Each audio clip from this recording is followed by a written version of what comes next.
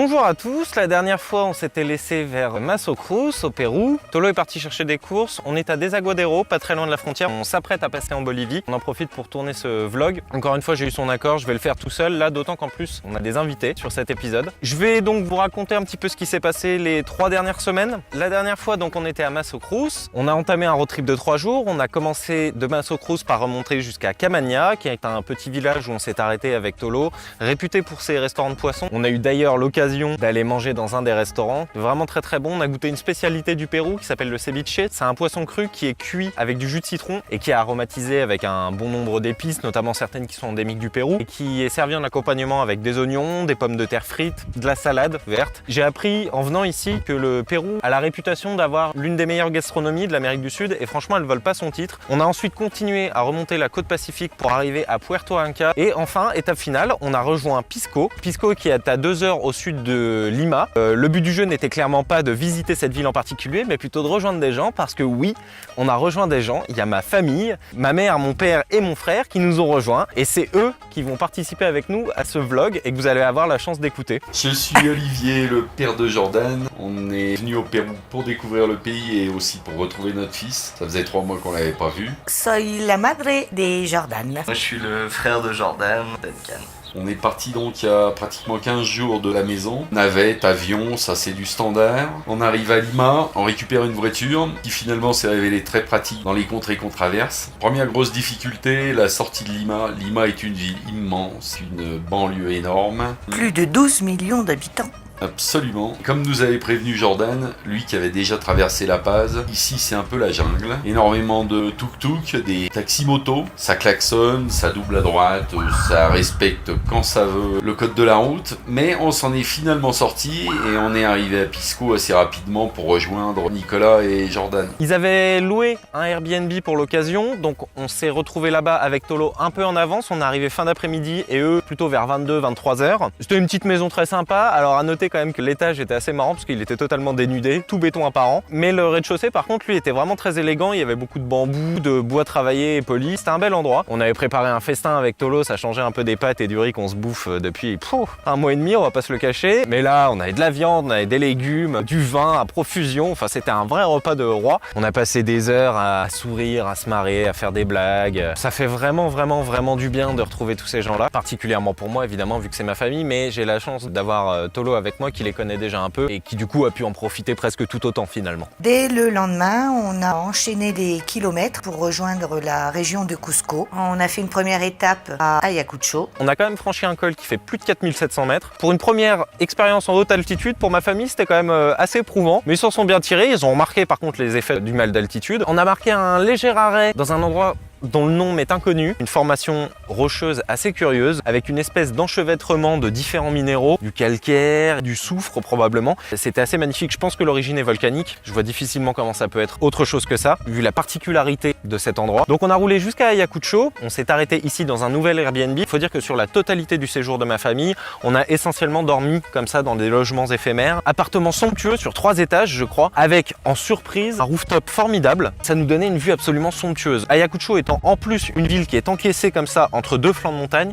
que ça soit de jour ou de nuit, la vue était absolument magnifique. D'ailleurs je me rends compte en fait que autant pour certains les grandes villes peuvent paraître parfois lugubres, qui plus est la nuit, la lumière blafarde des commerces, des lampadaires donne une ambiance qu'on associe à de la sécurité. Lorsqu'on est sur le bitume, à même les routes finalement, on a plutôt cette impression-là d'oppression avec tous ces grands immeubles, etc. Et à mesure qu'on prend de la hauteur, c'est comme si la beauté de la ville se révélait tout à coup. On apprécie les choses dans un plus grand ensemble, on voit toutes ces lumières qui s'étendent sur des kilomètres et des kilomètres. C'est une très belle manière d'apprécier la ville, et qui plus à la nuit, en montant de quelques dizaines de mètres si on en a la possibilité. C'est valable pour à peu près toutes les villes du monde, je pense. Ça m'a fait cet effet-là aussi quand j'ai commencé à emménager à Paris il y a 6 ans. Et c'est quelque chose que j'ai retrouvé ici. Ensuite, nouvelle journée de route jusqu'à Andayuelas, où on a dormi dans un hôtel. Bon voilà, je vous passe, Andayuelas, c'est pas excessivement beau. Il n'y a pas grand-chose à en retenir et de toute façon, on n'est pas resté assez longtemps pour pouvoir en profiter pleinement. 2 villes-étapes, histoire de dormir et de ne pas être trop fatigué, puisque le Pérou est quand même un pays assez grand et la route est longue. Lorsqu'on est arrivé à Urumqi, Urubamba, c'est là qu'a commencé vraiment le séjour. On est arrivé quand même dans un endroit qui est très joli, la vallée sacrée. On a pu commencer vraiment à profiter du pays, à profiter des paysages. Et on est arrivé dans un coin du Pérou qui est proprement magnifique, où on a énormément de montagnes rouges, vertes, grises, et où en plus le patrimoine culturel d'influence inca, qui étaient les grands empires précolombiens, se fait beaucoup plus sentir sur les habitations, le style de construction, etc. Urubamba, c'est le premier endroit où on s'est posé plusieurs nuits. Ce genre d'étape, on peut se ressourcer un peu plus, se reposer, prendre un peu plus son temps. On n'est pas obligé dans la foulée de vider les voitures le soir et de les remplir le matin, alors que quand on fait une ville étape, c'est bien plus compliqué, bien plus contraignant. Urubamba, puisqu'on y est resté pendant 3 jours, nous a servi en fait de point de départ pour faire plein d'excursions à proximité. On a tout d'abord commencé par la ville de Cusco. C'est une cité qui a rayonné pendant plusieurs siècles. Pas moins de 12 empires incas se sont succédés. Le centre névralgique des opérations se situe à Cusco. Les Espagnols, lorsqu'ils sont arrivés, s'en sont servis un peu au départ, puisque c'était un point stratégique commercial assez intéressant au Pérou, mais l'ont délaissé peu à peu pour s'installer à Lima. Mais ce qui est intéressant, c'est que pour des raisons historiques, la ville étant déjà en guerre lorsque les colons sont arrivés, aucune résistance ne s'est opposée à eux. Ils ont bâti des monuments d'influence catholique sur les vestiges de ces temples incas qui étaient déjà plus ou moins en ruine lorsqu'ils sont arrivés. Et ça donne une ville absolument sensationnelle, l'architecture y est somptueuse, et c'est pour cette raison d'ailleurs qu'elle a été classée au patrimoine mondial de l'UNESCO dans la deuxième moitié du XXe siècle, je crois. Donc c'est une des rares villes que j'ai vues jusqu'à maintenant qui a un centre historique. Du coup ça donne de grandes avenues larges, somptueuses, style néocolonial avec des maisons seigneurales, etc. Enfin c'est assez beau. Il y a une autre particularité aussi à Cusco, c'est qu'il y a 2 églises, ce qui n'est pas si fréquent, 2 écoles religieuses différentes. Il y a une cathédrale et il y a une église jésuite. Église qu'on a eu l'occasion d'aller visiter, et en fait c'est assez époustouflant, c'est un style extrêmement baroque, et c'est baroque dans des proportions que vous imaginez même pas, c'est-à-dire qu'il y a des dorures absolument partout, et il y a notamment des retables qui sont absolument dingues, qui font plusieurs mètres de haut avec des dorures, des sculptures en bois, des fresques à n'en plus finir sur la naissance de Jésus, sa renaissance, etc. Particulièrement le retable qui est juste au-dessus de l'autel, au fond de l'église, qui lui fait quand même 25 mètres de haut pour 12 mètres de large. Il y a plus d'une vingtaine de fresques dessus. C'est absolument incroyable de se dire qu'il y a des dévotions qui étaient telles qu'on y passe des années, des années et des années pour ériger finalement des sculptures aussi somptueuses en l'honneur des divinités que l'on prie et auxquelles on croit. Le lendemain, nouvelle claque esthétique, le Machu Picchu. L'une des 7 merveilles du monde moderne. C'est un site qui est chargé d'histoire et d'émotions. Particularité de ce site, c'est qu'il est extrêmement visité, presque 5000 visiteurs à la journée, et du coup il est extrêmement encadré. Déjà il faut s'y rendre en train puis en bus, puisqu'il n'est pas accessible autrement, sauf si on fait partie évidemment du personnel de restauration. Autre point important, le circuit touristique est un peu construit à la manière d'un magasin Ikea, c'est-à-dire qu'un sens unique qui permet de visiter l'intégralité du site sans pouvoir se retourner en fait. Donc dès lors qu'on a vu quelque chose, il faut bel et bien s'en imprégner, à la fois au niveau des yeux, des souvenirs, de tout ce que vous voulez, puisque c'est l'unique et seule fois qu'on aura la possibilité de le voir. Dernière chose mais pas des moindres, il n'existe aucun panneau d'information. La raison un peu cachée à tout ça, c'est qu'il y a énormément de guides touristiques qui proposent des balades en petits ou grands groupes à l'entrée du site. Et c'est comme ça que vivent ces personnes-là en fait, parce que du coup c'est elles qui apportent histoire, anecdotes. Chacun est particulier puisque chacun y va d'une chose qu'il sait mieux que les autres ou qu'il a entendu d'un vieil ancêtre, etc. Enfin, c'est assez rigolo. En ce qui nous concerne, avec ma famille, on avait réservé un guide à l'avance. Donc ce qui est bien, c'est qu'on avait un guide pour 5 personnes. J'ai vu des guides là-bas qui expliquaient des choses à 35 personnes, sachant que tout doit être fait dans le même sens et que vous avez des fois des chemins qui sont assez étroits. J'imagine que ceux qui sont en queue de peloton, ça doit être assez difficile d'avoir des informations importantes sur les structures, les bâtiments, etc. On estime sa construction aux alentours du XVIe siècle. Il est réparti en 2 sites, un site domestique et un site agricole. Les scientifiques et les archéologues et les historiens n'en comprennent pas encore exactement l'utilité et la raison d'existence. Le plus probable, c'est qu'a priori, c'est un Inca qui a voulu en faire une résidence à la fois secondaire et une dévotion à la spiritualité de ces gens-là qui était conjointe à la science et qui s'orientait essentiellement autour du culte du soleil, des étoiles, de l'étude des astres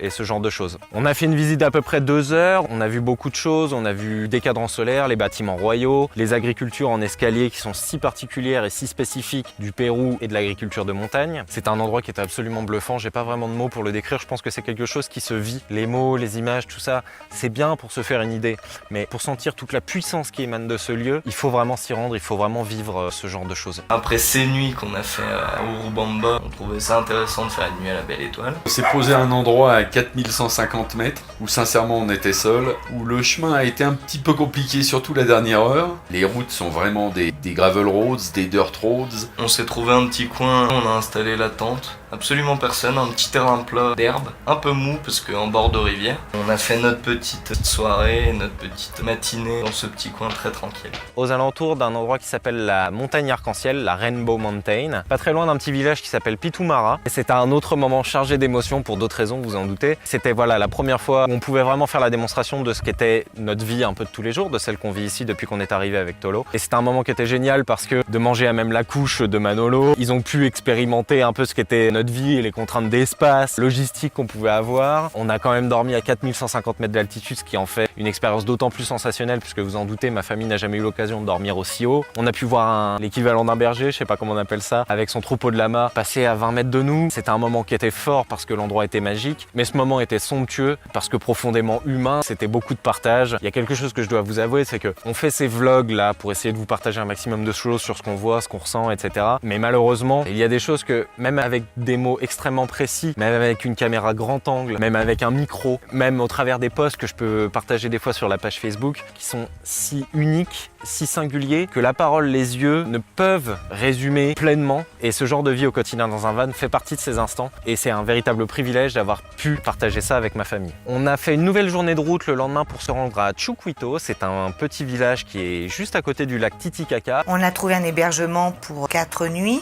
3 journées pleines. Notre maison qui était le point de départ de toutes nos excursions, c'était véritablement une maison d'hôte à l'ancienne avec un énorme patio qui faisait office de couloir et qui distribuait la salle de bain, les toilettes, les 2 chambres, un gigantesque salon, salle à manger, cuisine, extrêmement rustique avec du carrelage un peu partout, des tiroirs avec des pots et des herbes aromatiques à ne plus savoir quoi en faire, très convivial, très familial, dans l'esprit totalement de ce qu'on voulait vivre tous ensemble, tous les 5 au Pérou. Tout était incarné dans cette seule et unique habitation. L'hôte était d'ailleurs tellement géniale qu'elle nous a dit: j'ai accumulé de ça, de là, au fil des gens, des visiteurs qui sont venus dormir ici, des alcools, de la nourriture, des herbes aromatiques, du thé, du café. Vous en faites tout ce que vous voulez, tout est à vous. Vous pouvez vous servir autant que vous le souhaitez. D'ailleurs, c'est ce qu'on a fait, chose assez drôle. On a trouvé une fiole d'alcool qui ressemblait étrangement au fameux bizarre des tontons flingueurs. C'était un moment assez intéressant, c'était notre première nuit et ça nous a vraiment mis en jambes pour la suite. Nous sommes allés faire un petit tour en barque sur le lac Titicaca avec la visite d'une petite île, Uros Titino. En l'hommage du peuple éponyme qui a vécu dessus pendant plusieurs siècles, c'était des pêcheurs en fait qui avaient été chassés par les Incas et qui vivaient à même l'eau. Et en fait cette île, c'est une île qu'ils ont construite eux-mêmes. Elle est faite avec de la tourbe, des roseaux, selon un procédé traditionnel qu'ils nous ont expliqué. Ils érigeaient les fondations de cette île avec de la tourbe et en fait après ils construisaient le plancher en roseaux qui venait réapprovisionner régulièrement quand même parce que comme vous en doutez le matériau se tasse au bout d'un moment. Ces habitants viennent dessus beaucoup moins souvent. Maintenant, ce qui les fait vivre, c'est le tourisme et la venue de visiteurs sur ces sites historiques. Pour autant, tout est encore construit en roseau là-bas et on a même eu l'occasion de les voir manger. On est arrivé dans un jour où il y avait quasiment personne. On était 7 ou 8, je crois, sur cette île. Les maisons, les fauteuils, même leurs chapeaux, tout est construit à partir de roseaux. Il leur arrive même d'en manger la partie la plus verte qu'ils accompagnent de poissons qui font cuire à la braise. Chose assez rigolote, notamment, ils nous ont évoqué le fait qu'il fallait solidement attacher les îles puisqu'elles étaient à la dérive et ces gens-là sont péruviens mais n'ont absolument pas de passeport. Et en fait, le lac Titicaca étant un cheval entre 2 pays, s'ils dérivent un peu trop, ils se retrouvent dans un autre pays pour lequel ils n'ont aucun droit de séjour et ça peut leur créer des problèmes judiciaires en fait. Il faut faire attention à ce que l'îlot ne dérive pas trop. Il y a eu beaucoup de petites anecdotes comme ça sur la manière dont ils vivaient, sur la manière dont ils pêchaient, dont ils construisaient cette île. C'était vraiment très très intéressant. Dans la foulée, on a été manger chez un local, Magno. On a pu partager les assiettes des Péruviens. On a mangé une soupe de légumes qui était excellente et un poisson issu du lac Titicaca qui était vraiment très bien cuisiné. Aromatisé aux herbes endémiques du lac Titicaca. J'ai jamais goûté un poisson qui soit assaisonné de cette façon-là. C'était vraiment une découverte pour mon palais. Je conseille véritablement le Pérou pour tous ceux qui veulent redécouvrir la cuisine et qui pensent avoir déjà fait le tour du monde. On oublie trop souvent le Pérou et à mon avis c'est une erreur parce que ces gens-là sont extrêmement doués pour préparer à manger. On s'est offert une petite balade sur une des péninsules du lac Titicaca dont j'ai oublié le nom. Takasayonpampa, voilà. Comme ça c'est dit. On avait quelques traversées qui pour Google Maps étaient dans l'eau. En fait elles n'étaient pas dans l'eau, elles ne devaient pas y être tout au long de l'année. Il y a des espèces de routes rudimentaires un peu à la manière d'une célèbre route en Norvège dont j'ai oublié le nom mais qui se balade comme ça d'îlot en îlot. Et ben là c'est à peu près la même chose en beaucoup plus rudimentaire, vous en doutez. Pour atteindre les abords de cette péninsule, depuis laquelle on a fait une grande randonnée sur les abords de la falaise qui nous donnait une vue sur le lac absolument dingue et des couleurs absolument magnifiques. On avait le bleu du lac, le orange, vert, rouge, du relief avec sa végétation. Le vert d'un seul arbre perdu au milieu. Le gris, le blanc, l'anthracite, des nuages au loin. C'est une région qui est assez orageuse et nuageuse, donc ça donnait vraiment un contraste absolument splendide de cet endroit. L'occasion de découvrir le lac encore sous un autre aspect, pour un total de 4 jours tous différents et qui nous ont permis d'en avoir une très bonne vue d'ensemble en fait.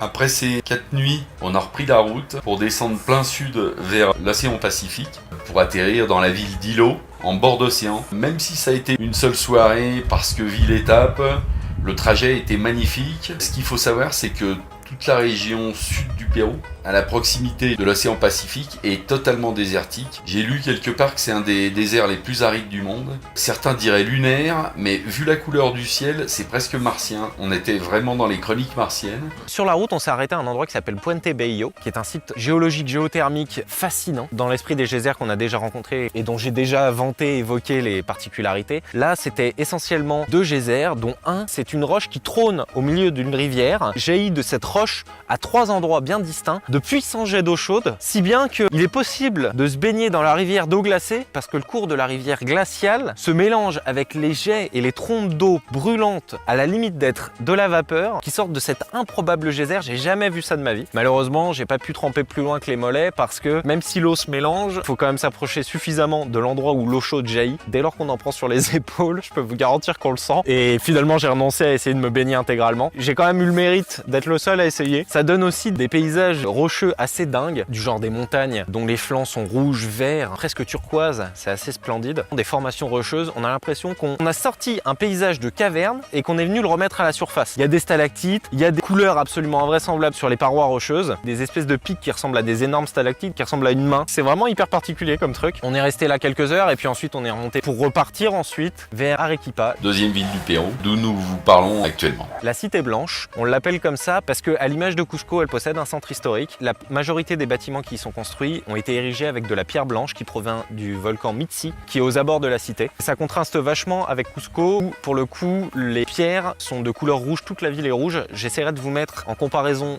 2 photos. Vous allez voir, la différence est assez flagrante. Le centre historique reste pour autant magnifique. Énormément de bâtiments avec des arches assez majestueux. On s'est promené pendant toute une journée à pied dans cette ville et on a vraiment pu apprécier la beauté de cet endroit. On a d'ailleurs marqué un ultime arrêt gastronomique dans un petit restaurant traditionnel qui s'appelle le Cosecha. Et malheureusement, comme toutes les choses ont eu une fin, c'est à Arequipa, le 2e jour, qu'on a dû se séparer de ma famille. On s'est fait de très longues étreintes. On a tous pleuré beaucoup, forcément, puisqu'on n'allait pas se revoir avant un bon moment, en fait. Ils sont repartis vers le nord. Dès demain, Arequipa c'est terminé, on quitte l'Érique, on va remonter assez rapidement en 3 étapes sur Lima. On va passer par Chala, ensuite par Ica, et ensuite ce sera Lima. Retour sur Paris via Amsterdam, assez rapidement, finalement le plus rapidement possible. Tandis que nous, on est reparti vers le sud, à la frontière avec la Bolivie, jusqu'à Desaguadero, qui est donc situé pas très loin de l'endroit de là où je filme. Nous allons attaquer la Bolivie juste ensuite.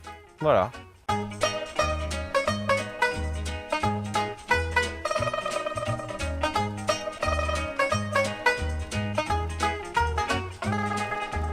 On n'a pas vraiment vécu dans le van pendant ces 15 derniers jours, comme je vous l'ai dit, un petit peu avant que ma famille nous rejoigne, mais globalement très peu. Et pour être tout à fait franc, ça fait du bien. Je vais pas vous mentir, vivre à la route, c'est quelque chose qui est exceptionnel. Ça vous procure des sensations et des expériences qui sont absolument dingues. Pour autant, dès lors qu'on retrouve un peu de confort, on est quand même très content de le savourer. Retrouver une douche, de l'électricité, un peu de chauffage, tout ça nous a permis de mettre un peu en relief ce qu'on avait vécu d'avant et aussi de savourer justement le fait d'avoir tout ce confort à sa juste valeur en fait.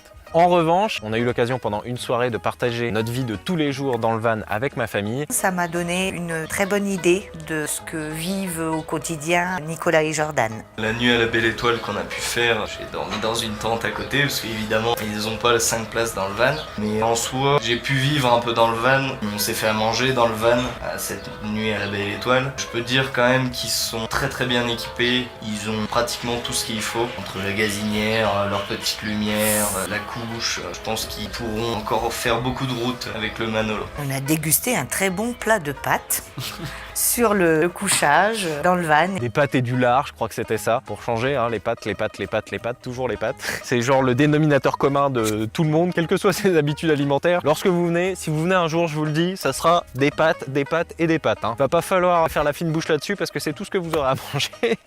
Vivre cette nouvelle expérience à 5, c'était un beau moment. On a eu l'occasion de montrer à ma famille un petit peu ce que c'était de vivre comme des Robinson, d'être proche de la nature, de voir la nuance que ça pouvait apporter par rapport à lorsqu'on dort dans une maison, dans une ville ou même en pleine nature. C'est quelque chose de différent. J'ai des bons souvenirs de ça. Et ils se sont bien prêtés au jeu. Mon père a fait la vaisselle, a été chercher l'eau dans la rivière, tandis que ma mère préparait à manger. Enfin, c'était vraiment quelque chose d'assez fort en émotion, c'était assez chouette. Dans ces moments-là, la vie à la route, ça prend vraiment tout son sens parce qu'il faut composer avec le peu de place, avec le peu de lumière, avec le fait qu'on ait 5 personnes dans le camion à manger. Mais on s'en est bien sorti et ça a été un vrai pur moment de bonheur. La vie dans le van, pour nous, ça a été une nuit. Mais pour autant, je peux vous parler de la vie derrière le van parce que je le suis tous les jours. C'est pas toujours facile, hein. Beaucoup de circulation. L'intérieur des villes est d'une extrême complexité. Pour autant, je dois le dire, je l'ai remarqué et je suis pas le seul. Les garçons se débrouillent vraiment bien au volant, tous les deux. On ne se quitte pas des yeux, même si des fois on n'est pas exactement les uns derrière les autres. Et on arrive toujours à se débrouiller, à se retrouver, à s'accorder le petit espace pour que l'autre puisse s'infiltrer. Finalement, Manolo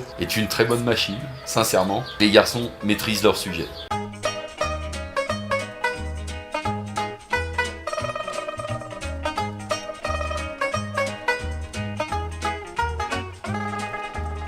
Je me sens bien. Je suis avec ma femme et mes 2 garçons. Et Nico, qui est un compagnon sympathique. Même si au début, je le reconnais, j'ai eu beaucoup d'angoisse. Particulièrement quand j'ai récupéré ce monstre pour traverser Lima. Lima et sa faune, ça a été compliqué. Mais plus on s'écarte des villes, plus on est dans la campagne, moins les routes sont fréquentées et plus c'est agréable pour moi. On a vu des choses magnifiques. J'ai réalisé un rêve d'enfant, j'ai vu le Machu Picchu, donc oui. Oui, je me sens parfaitement bien maintenant. Je me prépare à me sentir vraiment très triste dès demain, mais pour l'instant tout va bien. Je partage les mêmes sentiments. J'ai passé un séjour magnifique, j'ai été heureuse, retrouver mon fils Jordan, retrouver Nicolas, partager avec eux tous ces moments-là, c'était vraiment génial. Et je sais que de toute façon, demain matin, je verserai ma petite larme au moment de partir, mais ça c'est dans ma nature. C'est un peu la même chose, je suis content de les retrouver ici et en même temps je sais que demain on va les relâcher. Ça sera pas exactement la même chose, ça sera beau aussi. On sera pas avec Jordan, on sera pas avec Nico. Pratiquement sur le point de repartir à quelques jours près. Mais on va en profiter quand même. Oui. Mais bien sûr. Bien sûr. Alors, présentement, là, vu qu'on vient de dire au revoir à ma famille, je vais être très franc, j'accuse le coup. C'est difficile de dire au revoir à des gens qui sont aussi proches, surtout lorsqu'on sait qu'on va pas les revoir tout de suite. Pour autant, durant toute la durée du périple et du bout de chemin qu'on a fait avec eux, je me suis senti extrêmement bien, très entouré. C'était quelque chose qui me manquait un petit peu depuis qu'on avait laissé Eugénie. Aucune offense à Tolo, mais d'avoir encore d'autres personnes avec qui partager les instants qu'on vit, c'est moi quelque chose qui me plaît beaucoup. Je trouve ça extrêmement bénéfique. Et puis, même si je suis certain d'avoir fait un bon choix en venant ici, en venant, ma famille m'a apporté beaucoup de soutien, m'a confirmé que c'était quelque chose qu'ils aimeraient prolonger s'ils en avaient l'occasion. Et se sentir soutenu quelque part comme ça vous redonne de la force. Vous dire que j'en ai marre, ça serait absolument un mensonge, c'est pas du tout ça. Vous savez, des fois, d'entendre que ce qu'on fait est le bon choix, la bonne chose par des gens qui nous sont proches, vous redonne un boost, vous convainc de continuer d'avancer, de continuer à vivre pleinement ce que vous viviez. Et c'est exactement l'effet que ça m'a fait. À plusieurs reprises, ils nous ont vanté la beauté de ce qu'on avait vu, l'incroyable aventure que l'on menait. Et ça donne confiance en soi en fait. C'est quelque chose qui est hyper positif. Et ça fait vraiment du bien.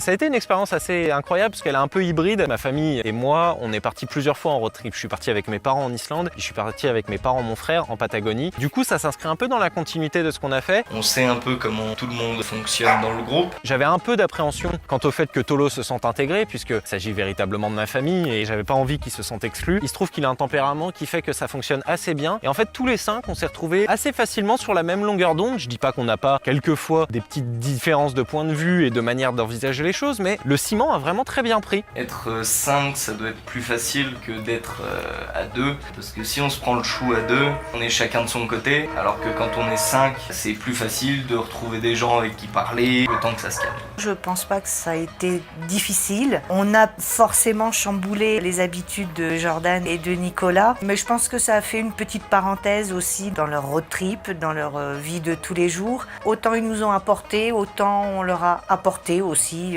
quelque chose en plus. Notre présence fatalement chamboule le planning des garçons. On a plus de routes, on est tenu par des étapes puisqu'on a des locations prévues. Ça change le rythme de leur road trip. Pour autant, je pense qu'on arrive à s'en sortir. Et le travail en équipe, c'est le gage de la réussite en fait. Pendant toute la durée du séjour, ma famille était là. C'est eux qui avaient la responsabilité de construire l'itinéraire. C'est quelque chose qu'on avait convenu avant leur arrivée. Et ça fait du bien de pouvoir lâcher un peu du lest là-dessus, puisque c'est quelque chose qu'on fait quotidiennement pour construire notre road trip. Et pouvoir déléguer cette tâche-là à quelqu'un d'autre, ça nous a permis de nous reposer et de nous laisser porter et se focaliser un peu plus sur le côté surprenant des choses qu'on allait voir.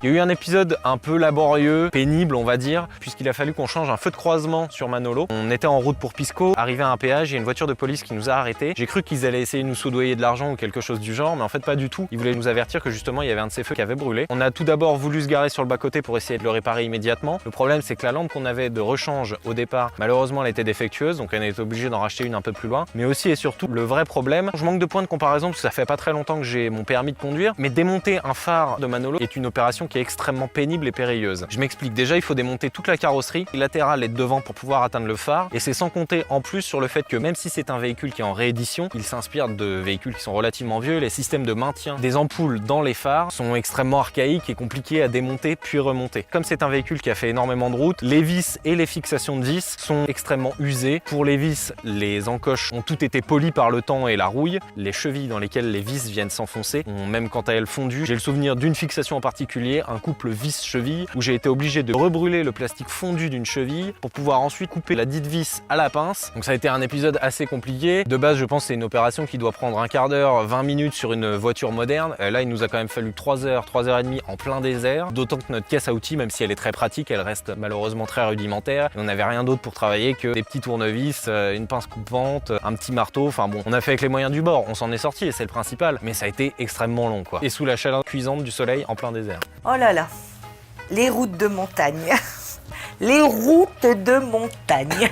Une vraie galère pour moi. Je suis déjà pas à l'aise en voiture, mais alors ces routes de montagne qui sont tortueuses, qui sont hyper dangereuses, avec une conduite péruvienne incroyable. J'ai jamais vu ça, ni en Islande, ni même en Patagonie. En Patagonie, à la rigueur, un petit peu en ville, où les gens faisaient un peu le forcing. Mais ici, même sur les routes de montagne, les autobus qui doublent des camions dans des virages, enfin, une vraie galère pour moi, une vraie galère. Deux petites galères, une très précise, à peine arrivée, sortie de Lima. On était pressé de rejoindre les garçons à Pisco et on s'est fait arrêter par la police pour un prétexte limite fallacieux. Il semblait qu'il manque derrière la voiture une bande réfléchissante. On s'est évertué à expliquer à ces gens en uniforme que la voiture est une voiture de location. Elle avait 60 km au compteur quand on l'a prise. Autant dire qu'elle sortait de chez le concessionnaire. On a eu un petit moment de panique, enfin moi particulièrement. Heureusement, Véro a géré. Je pense qu'ils ont fini par comprendre que de toute façon, ils n'obtiendraient pas ce qu'ils voulaient. Et sincèrement, ce qu'ils voulaient, je pense que c'était de la caillasse. Et il n'était pas question qu'on leur en donne. Et la seconde galère, elle est toute personnelle et elle est arrivée à plusieurs endroits finalement. C'est les routes en ville. Et vous avez certaines villes comme Mayacucho ou comme Puno, à flanc de montagne. Et vous avez donc des montées ou des descentes. Un peu comme San Francisco si vous voulez. Mais en bien plus vertigineux. Et donc là, c'est délicat. Bizarrement, les descentes, plus que les montées presque. Avec le 4x4 qu'on a, quand vous amorcez la descente, vous ne voyez rien de ce qui se passe devant. Le capot vous mange toute la visibilité. Et quant aux montées, et le plus sage, c'est de ne pas caler au milieu, parce que là, les Péruviens vous pardonnent pas et vous avez droit au concert de klaxon. La seule vraie galère que j'ai eue dans les routes de montagne, c'était la respiration.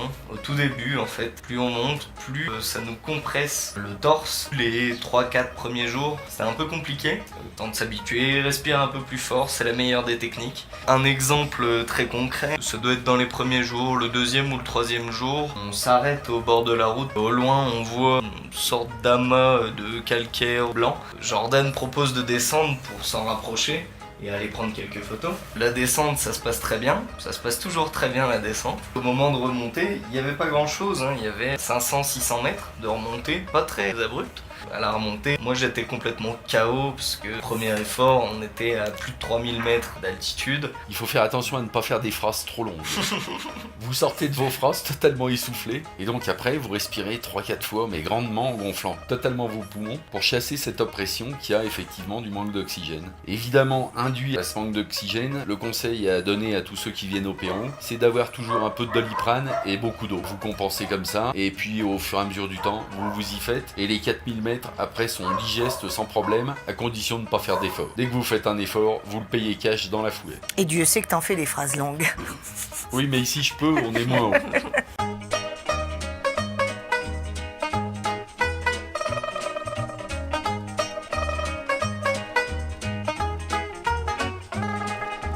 Pour moi, c'est d'avoir recousu le jean de Jordan. Non, je rigole.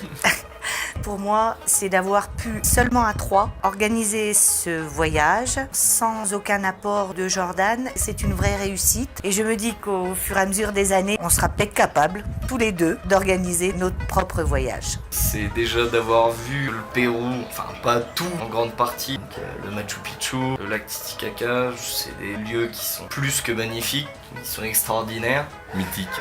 Mythique. Et aussi le fait d'avoir rejoint mon frère au Pérou, ça faisait longtemps qu'on l'avait pas vu. Rien que ça, c'est un succès. Avoir retrouvé ma famille, c'est quelque chose de fantastique. D'autant qu'en plus, on s'est véritablement retrouvés puisque arrivé de Lima et nous par le sud, on s'est retrouvés à Pisco. En dépit des galères qu'on a pu avoir les uns les autres, on a réussi à se retrouver dans un seul même point de l'espace. J'ai encore le souvenir de mon cœur qui tambourine lorsque je vois au loin la voiture à travers la fenêtre de la maison dans laquelle on était et que j'ai vu à travers les vitres les visages de mes parents et de mon frère. C'est une sensation qui est indescriptible, quoi. D'autant qu'en plus, je crois beaucoup à cet adage qui dit que le bonheur est véritable lorsqu'il est partagé. Autant vous dire qu'accompagné de personnes qui sont extrêmement proches, mon bonheur, il a été décuplé, centuplé, 1 milliard de fois plus incroyable qu'il n'était déjà exceptionnel au préalable. C'est vous dire à quel point je me suis senti bien pendant ces 3 semaines et à quel point leur présence m'a fait énormément de bien. J'ai même eu l'occasion de leur faire un cadeau et ils m'en ont fait un en retour inconsciemment. J'ai pu leur partager, en dépit des lacunes que peuvent avoir mes mots et mes yeux, comme je vous l'expliquais au préalable, de vivre la vie telle que nous, on la pratique tous les jours ici, avec toutes les contraintes qu'il peut y avoir, mais aussi toute la beauté qui est liée autour de ce mode de transport et de ce mode de voyage. J'ai en souvenir une phrase que ma mère m'a dit juste après, c'est « Écoute Jordan, tout est vraiment parfait ici, je regrette juste un truc, c'est de ne pas avoir pu dormir à la Belle Étoile plus souvent avec vous, parce que c'était vraiment fantastique. De réussir à partager des choses comme ça avec les gens, et que ça leur plaise en plus, c'est fantastique. » Mon vrai succès ici, en fait, à moi, c'est le dépassement de soi. Pour ceux qui me disent, je l'ai dit ailleurs, mes garçons sont la source de tous mes records. Parfois, j'ai le sentiment qu'il y a des choses que je peux pas faire, et je me rends compte que si je suis légèrement piloté, aiguillé, aidé, assisté, j'arrive à faire des choses dont je me serais totalement cru incapable. Mon vrai succès, c'est d'aller plus loin, plus haut, de faire encore plus fort, et de réussir.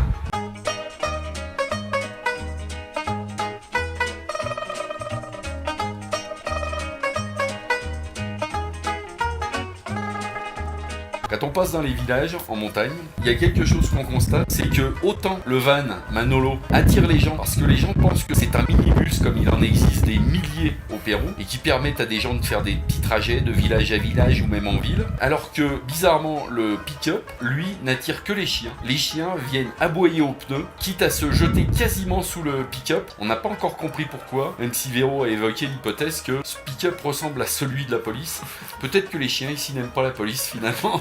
Quand on a passé notre nuit à la Belle Étoile, à la nuit tombée, on a vu au loin passer 2 ombres humaines qui couraient après un troupeau de lamas. Ces 2 ombres se sont approchées près de nous, nous ont salués. En fait, il s'agissait de 2 petites filles, une de 12-13 ans et une encore plus jeune, 8-9 ans. Elles se sont approchées de nous et elles nous ont tendu des plumes blanches pour nous les offrir. J'ai trouvé ça incroyable dans le sens où le fait qu'elles nous offrent quelque chose alors qu'elles ne nous connaissent pas du tout. On a cherché la façon de dire attendez, bougez pas, pour leur donner quelques pièces parce qu'on trouvait ça adorable. Et donc on a cherché dans les portefeuilles, on a trouvé quelques soleils qu'on leur a donné. J'ai trouvé ce moment-là incroyable. J'en ai plusieurs. La première, c'est que quels que soient les endroits qu'on ait pu traverser, des grandes villes jusqu'aux tout petits villages au fin fond des montagnes, il y a énormément de constructions. Systématiquement, lorsqu'on roule, on aperçoit des maisons dont les premiers étages ont été construits, desquels dépassent des fers à béton en prévision d'un second étage. J'espère juste une chose, c'est que